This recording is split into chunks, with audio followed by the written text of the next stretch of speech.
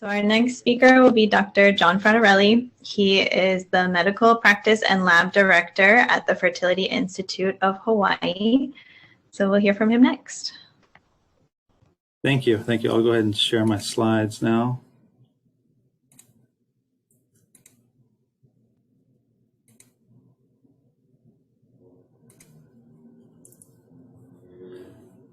So thanks for inviting me. I do have a few things that we were going to go over today. Four questions I was going to try to answer. One is, what are the, sorry, let's get this to change. Sorry about that. What fertility preservation options are there? We'll talk about IVF, the procedure a little bit, what the costs are. We'll talk about PGT, preimplantation genetic testing, and what's available right now. And then we'll end discussing genetic carrier or surrogacy options. Just very briefly, when we're looking at sperm and eggs, really what we're talking about initially is mitosis and meiosis, how the cells will divide, and it's important to realize that for women, all of the eggs are made before they're born, and they're going to go about 24 mitotic divisions before birth, whereas men are constantly making sperm throughout life. And what happens is that you'll see is that on this diagram on the left, the number of germ cells, the number of eggs for women, peaks at about 24 weeks gestation. So about halfway through the pregnancy, the female fetus has all of the eggs that she's ever going to have in her life. And actually by birth, that number has peaked from 7 million to about 2 million. So it's really declined rapidly. And then ultimately at puberty, that number declines even more to less than 500,000. There's still plenty of eggs for women as they ovulate once a month in general and have about 12 ovulations a year. So they'll have about 400 ovulations throughout their life. And at menopause, there's still some eggs. It's important to realize that women don't just not necessarily run out of eggs, but they run out of viable or reproductive eggs. And certainly the cancer treatments that women undergo will facilitate or accelerate this loss. Due to the great treatment that's been given by the GYN oncologist and all of the research scientists that are out there, we know that survivorship has certainly been increasing over the last several decades. You notice that breast cancer alone, look at 75% survival rate back in the 70s, and now it's well over 90%. And so what happens now is you have cancer treatment, you have improved survival, and now you're starting to have survivorship issues. And what is that? Well, it's lifestyle issues that people have, and infertility is one of those modifiable cancer risk treatments that we need to address at this point. And so we're seeing a lot of patients prior to cancer treatment to talk about fertility preservation. We also see a lot of patients after cancer treatment to talk about other fertility options that they have. What we know is that cancer treatment, whether it's chemotherapy, radiation, surgery, it's going to have an effect on either the sperm or the eggs for men and for women. And for women, again, because the eggs are already there and whatever's there is there. And so whatever is affected is really more that the women take more of a hit than men do when it comes to cancer treatment.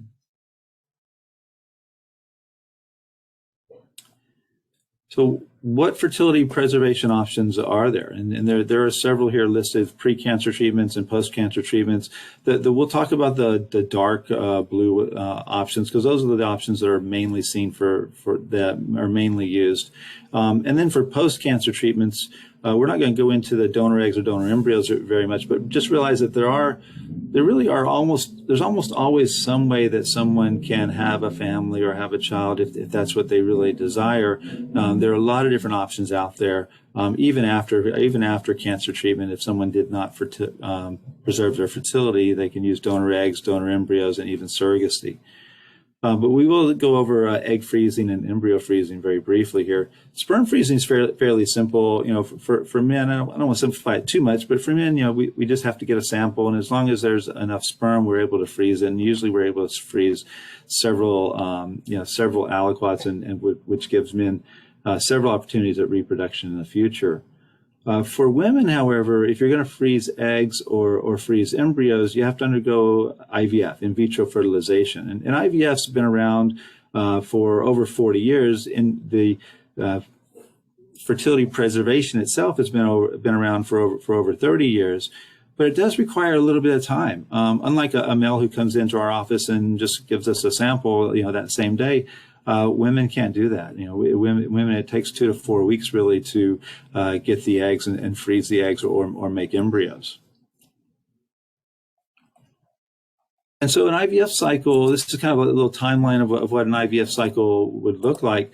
On day 1 of the menstrual cycle through about day 15 of the menstrual cycle, we should be able to get eggs within the first couple of weeks.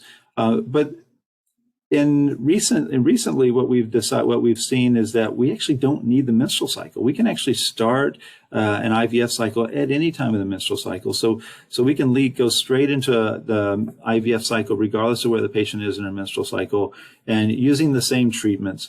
One of the things that we also use is Femara or letrozole, which is an aromatase inhibitor, which keeps the estrogen levels down at low levels for those patients with breast cancer, so that it decreases any anxiety that the patients may have and their oncologists may have about their estrogen levels getting high during the treatment.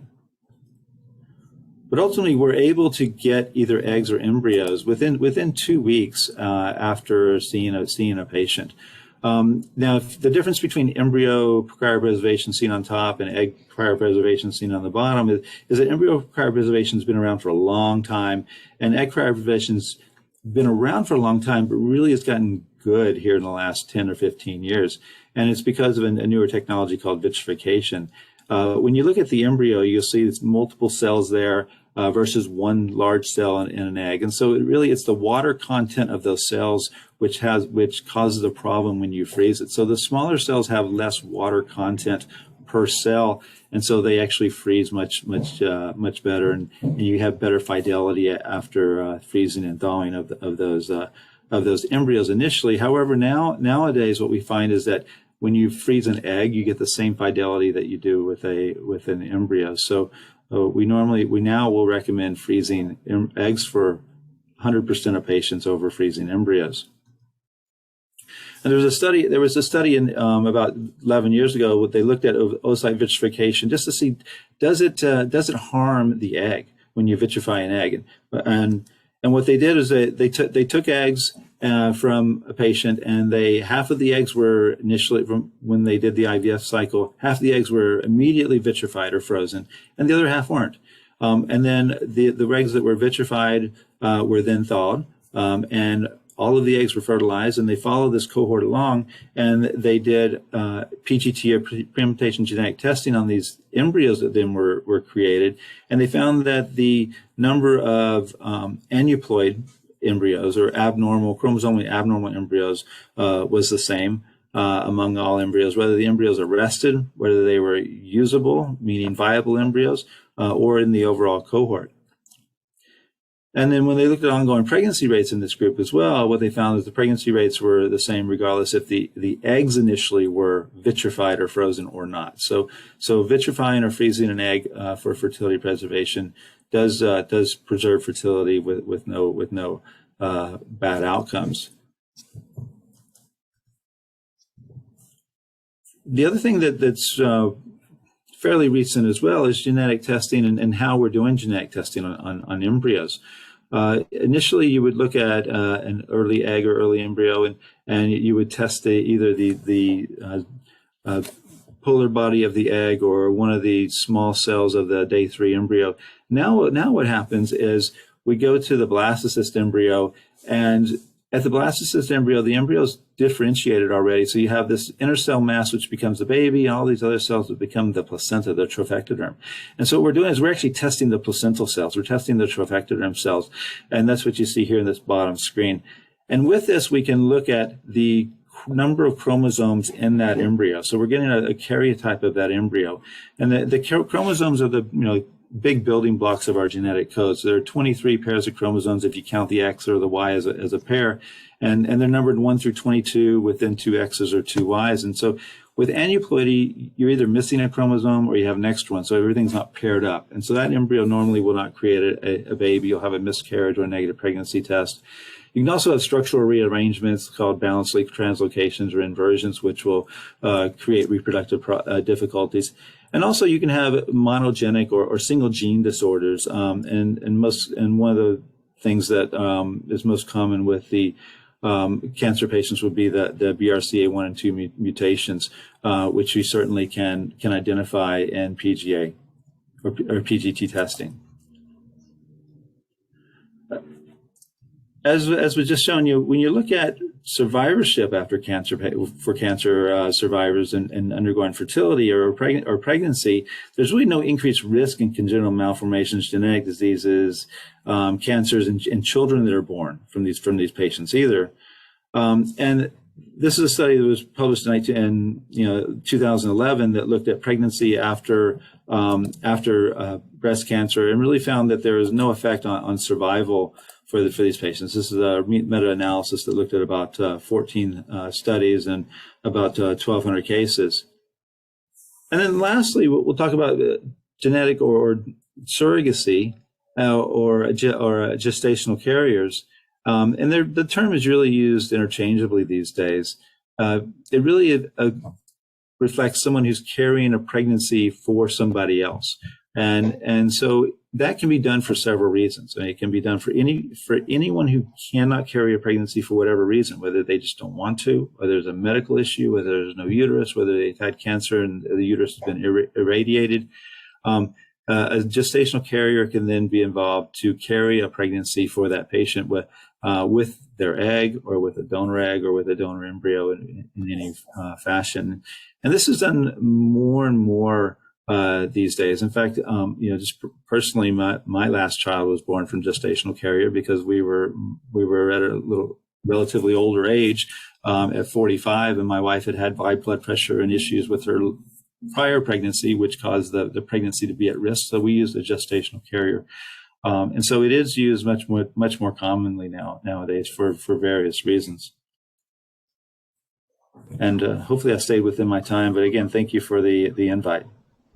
Yes, thank you so much. We appreciate it. It's great information.